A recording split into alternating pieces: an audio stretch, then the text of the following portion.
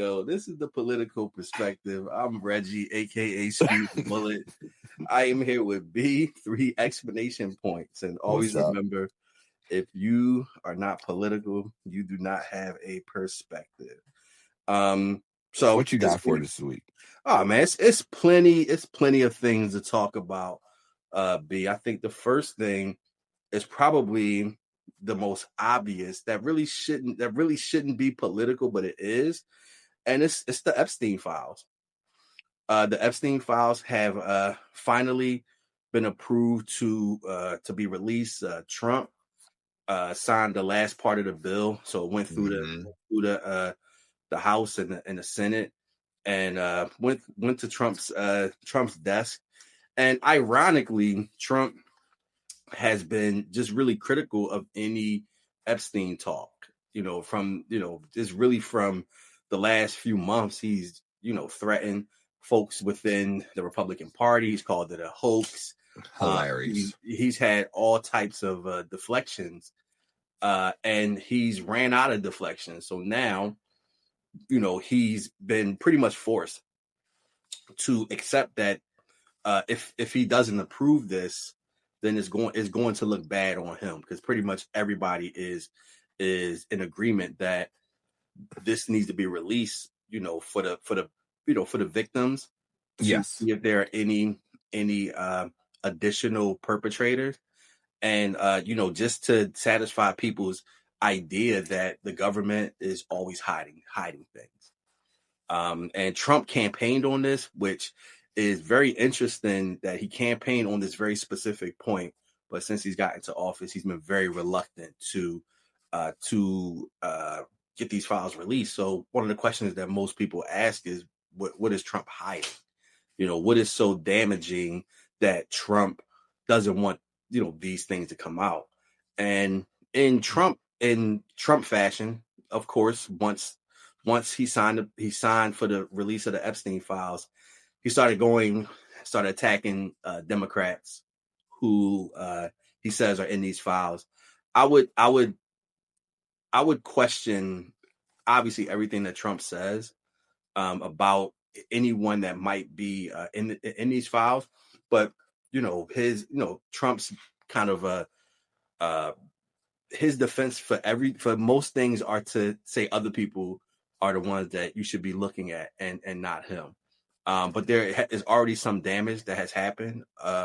Larry Summers, who's a professor at Harvard, major donor, he's taking a leave of absence at Harvard, and so resigned from the board of an AI company. So there's already some folks who's and his and I want you to kind of comment on this one, B. But this guy Larry Summers, who's been at Harvard for a number of years, he was in the Epstein files because he is actually kind of friendly with Epstein, and was he was texting Epstein about his plans to have an affair with this person in his kind of circle, in his academic circle. And he's asking Epstein for like dating advice. Like, how should he approach it? How should, what should he do? I found it like fascinating that, and they stopped communicating one day before Epstein was arrested, in 2019. So this is after Epstein had already been convicted of having sex with a minor in Florida. So this is, everyone knows that he is a previously convicted sex offender. That he's asking for dating advice. That now seems absolutely crazy to me. Now, clear something up for me. He was asking for dating advice to have an affair with an underage victim? No, this is someone that's in his academic circle. Okay. So presumably, they were using a lot of kind of pseudonyms. So they didn't say specific names, Yeah. but the internet and investigators never disappoint. Never The stop. ability Right. Right. right, the ability to put these things together. So it was someone that was in his academic circle. So a very, very grown adult, not a Yeah. minor. Okay. Um, Um. However, just that interaction and that's all that's there is what has caused him to, kind of like lose his career and all of these things. It's just very interesting that now it's moving towards not just someone that may have been complicit in his crimes, but anybody that had any association with him looks Yeah. like they're gonna have to answer as to why you would, continue to have any type of affiliation with with this guy. It's a slippery slope, but it's very kind It's of very interesting slippery. where that's going. It's very, very interesting. Yeah. I, when I see stuff like that, I just shake my head. I don't even like you're asking for dating advice from somebody doing, who's committing felonies. Like, at what point do you say to yourself, I'm wilding, or do you just have that much power and influence that you just feel the rules don't apply to you? Yeah, Um, that's you, just you know, I I can't even or imagine. yeah, or is there a thread in that world where Epstein's crimes were not um perceived as terrible as they were? Yes. And it was able to be kind of brushed aside because of who he was. Yeah. And he was very influential, extremely wealthy, um, and that type of power and influence that people were able to stomach even having general conversations with The him. q- the question is, where does entitlement end, right? Hmm. If you have that much power and influence, right? I can't rule out that you get to a point where you say, why can't I fuck this 16-year-old? Which is Hmm. disgusting. Be clear, to me is disgusting. But removing myself from that equation and just looking at it from people who have a lot of power and influence, where does it end? You might say to yourself, why can't I fuck this 16-year-old Hmm. or Yeah. whatever? Yeah, Um, it's horrible. But I think another kind of thread is, and this is something that I think we don't really kind of we try not to have to grapple with. But if there are people in our circle who have been accused or even convicted of crimes, like we know that there's guys that are on the is it the Megan laws list and all of that stuff, registered sex yeah, offenders. registered Do sex these offender. do these folks still operate in the world? Like what does that look like? Um, you Yeah, know, can someone be friends with one of those folks? It's a very kind of interesting type of question that I think people don't really want to kind of stomach those conversations. I You could know, not be friends with a known sex offender. right? I personally, it would, I don't think I'd be able to be friends with a known sex offender. I've worded like that because, you never know, but mm, I don't think that's something I'd be able to do. That would fuck Right. with me. I think Great. something also interesting about this whole, for me, what I consider is about face, because he kept calling it a hoax and it's something made up by the Democrats and this whole thing. And now it's like, hey, we should release the files. We have nothing else to hide. That screams to me, oh, you got done scrubbing the files, one. And two, I just want to point out that Trump has been saying that it's all Democrats in the files, right? It's all Democrat, his favorite thing. Democrats are in the Epstein files. Democrats, they're terrible. When Trump was friends with Epstein, he was a Democrat. So I don't want to Absolutely. skip over that. So I think he's trying to pull a fast one there. He's pulling a fast one, but at the same time, I feel like he scrubbed all of the files because I would. gone. That was one of the questions that I was going to ask you. Do you have any confidence that it hasn't been scrubbed? No, that shit's Like, been scrubbed, and, scrubbed, yeah, scrub a dub in the tub. That shit has been right. scrubbed. Come on. Like, I mean, and when you've had a 6-month head start to scrub it, like there's no way. Like, there's no way that those files have not been tampered with. You can't. There's no way you can get me to believe that. And for Trump to say that these folks are in there, that has to mean that his folks have went through it. So I think that if these files implicate only Democrats, you know it's fraudulent. Like, it's fraudulent. There's no way. Wealth goes beyond party. We know that. So yeah, I mean, I think it's totally scrubbed. But the DOJ has 30 days to release these files. Right. So we should be, and they said that they're gonna start releasing stuff before then, which I think is still funny, but they're gonna start releasing stuff before then. But they have 30 days in order to release all of these files. So we shall see. What I find interesting is that I do believe that the files were scrubbed, but the email from Mark Epstein inquiring about whether or not there was the video still accessible of Trump with Bill Clinton that's a little strange that wasn't Right. scrubbed. Mm-hmm.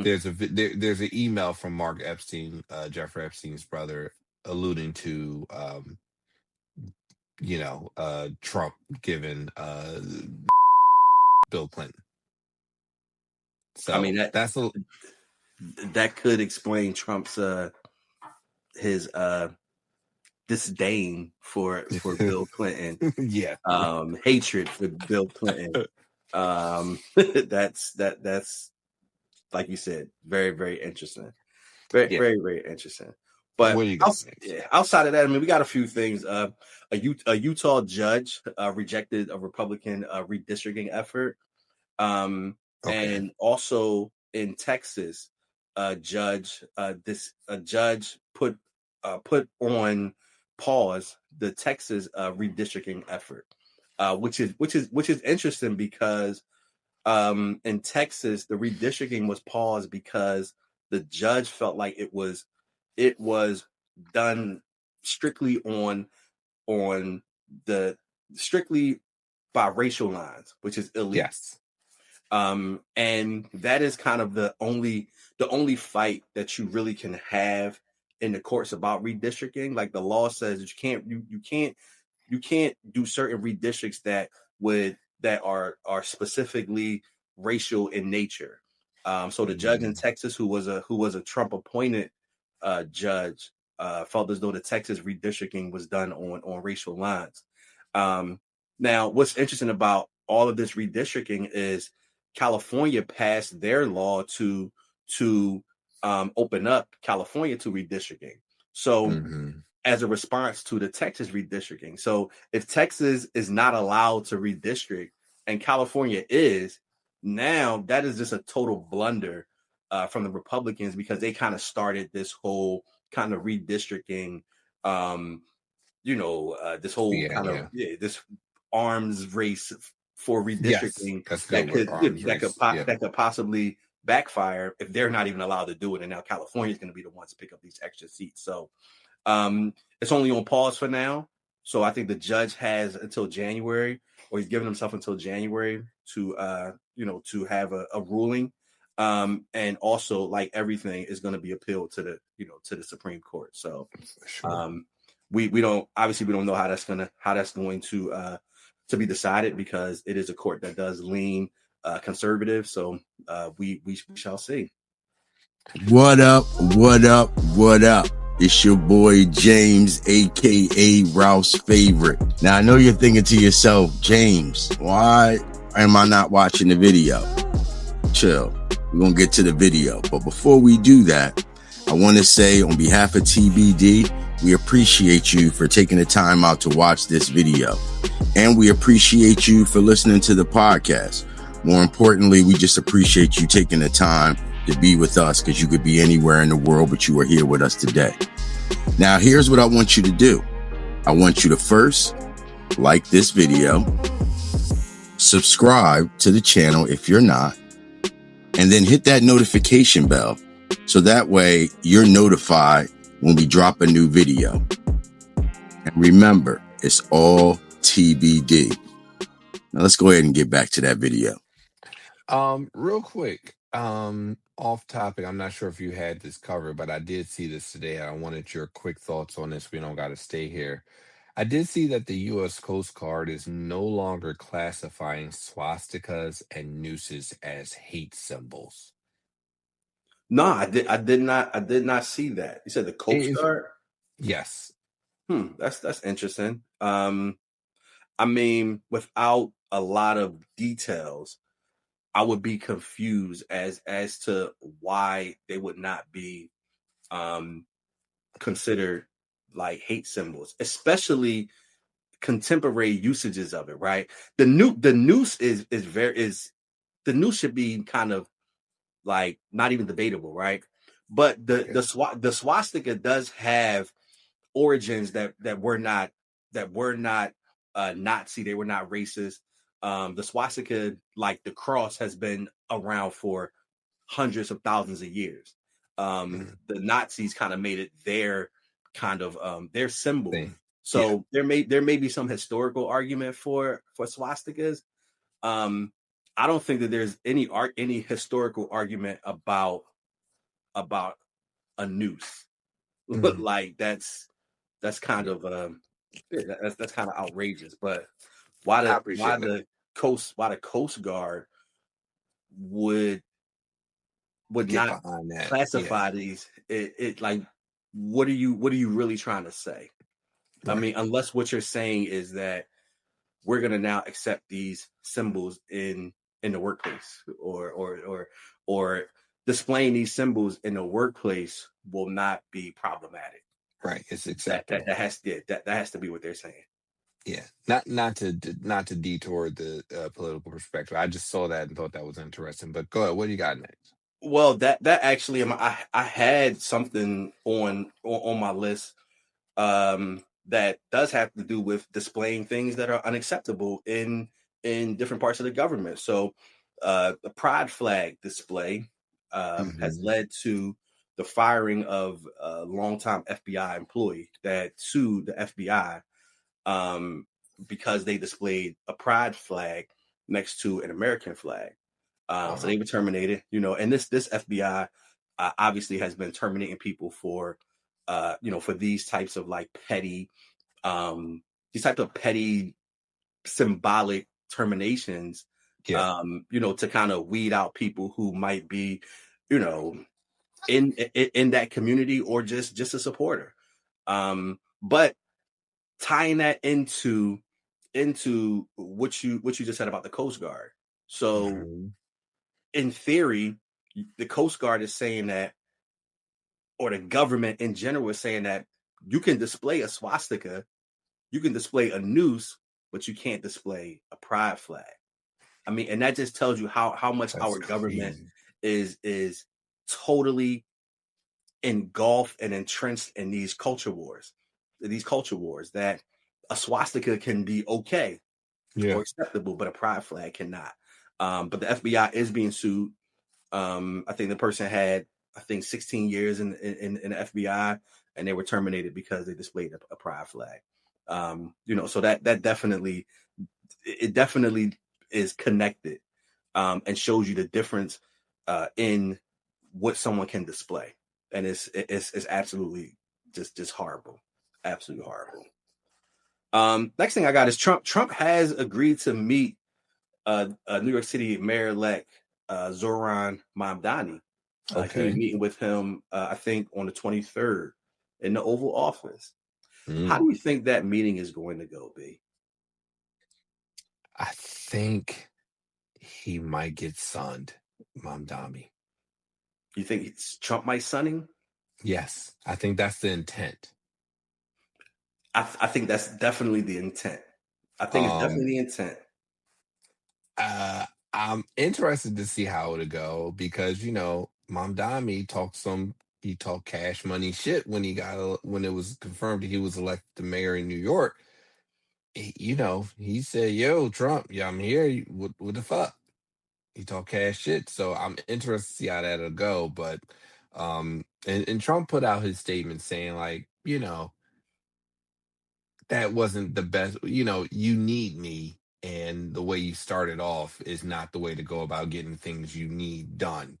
The things you want to get done by being, adversarial with me from Rip.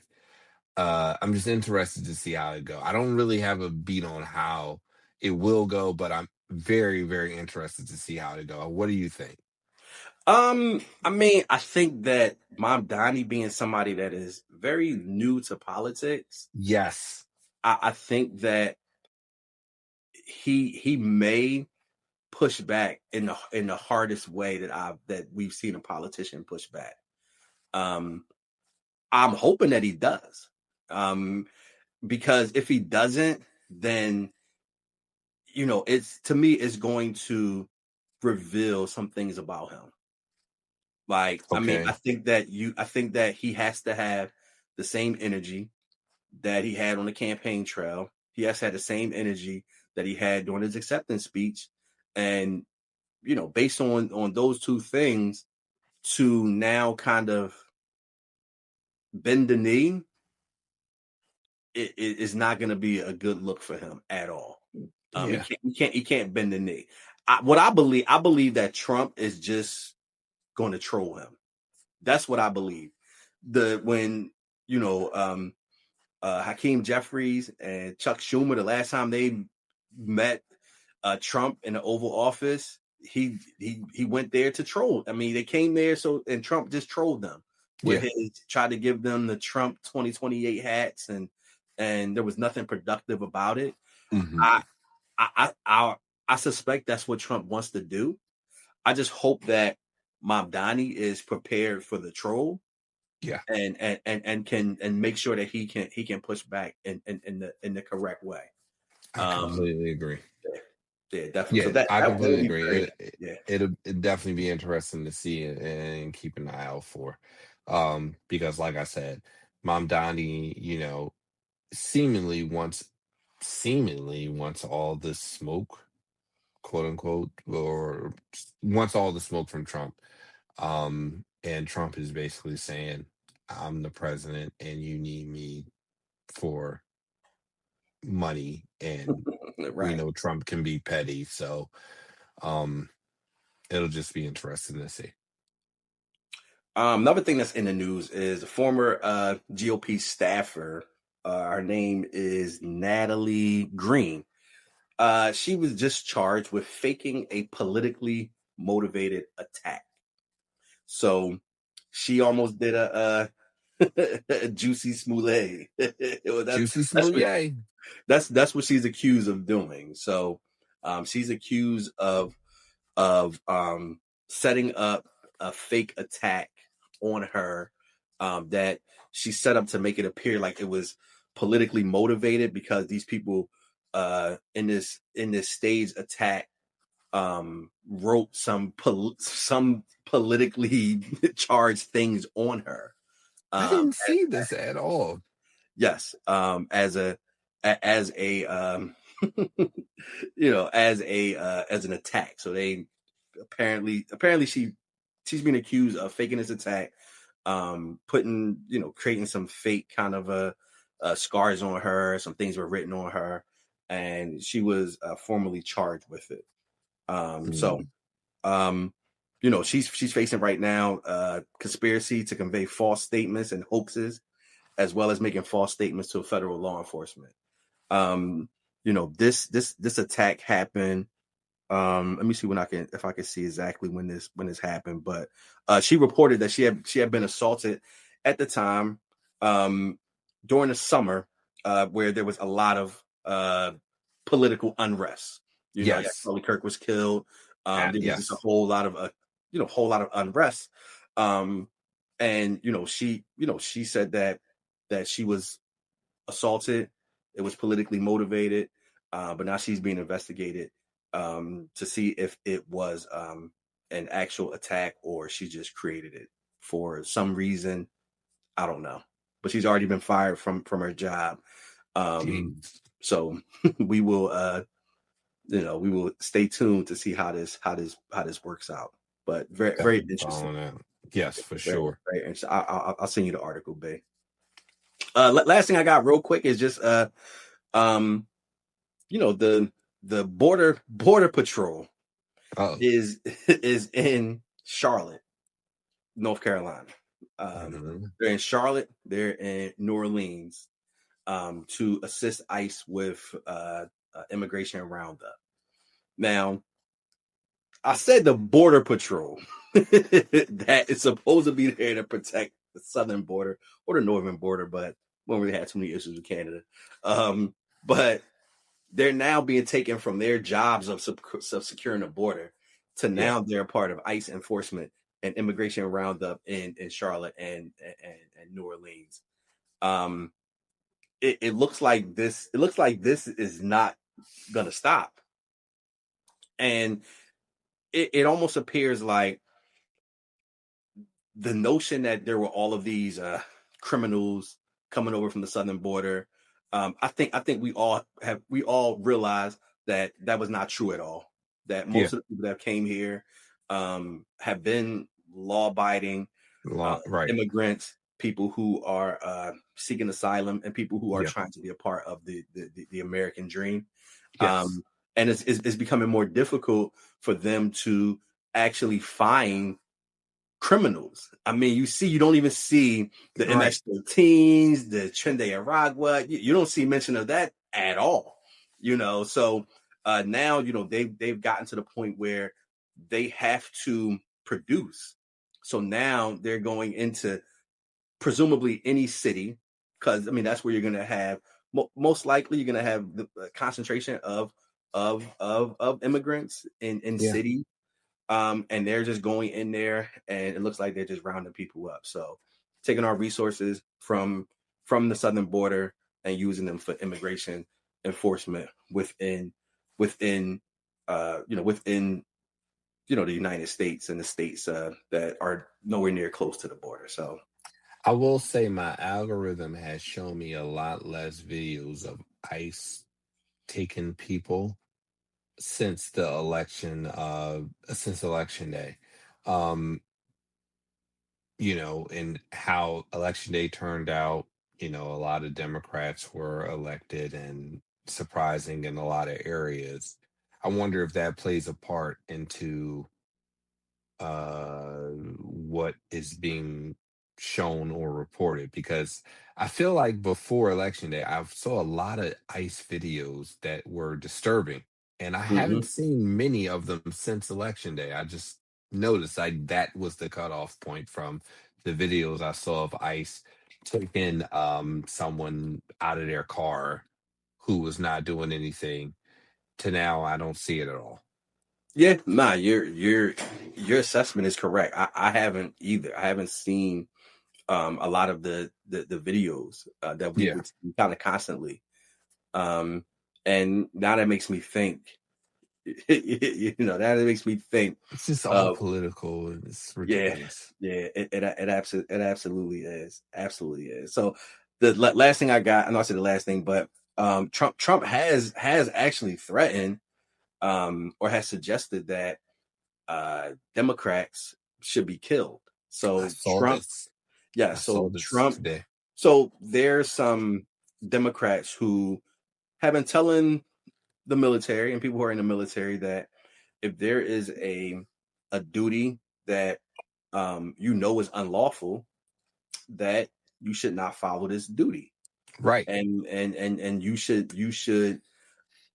have you should have the free reign to be able to not follow something that you know is unlawful. And Trump says that anyone that tells the military not to follow orders is really committing an act of treason and Yes. seditious. I forget the official term, but it should be handled with death. That is Trump's idea of how the world works. That people should just be killed for doing what they consider the right thing. So I'm gonna leave it at that, B, unless you got something else. I don't have anything else other than, it just happened today, so we really can't deep dive into it. But I did see that Trump assigned the head of the Department of Education to the Department of Labor. And I know it was included in the big, beautiful bill to get rid of the Department of Education. So, as the week plays on, we'll cover that when we get to it next week. And we don't have enough information. It's new today. So we'll see where that lands us next week. We'll cover it then.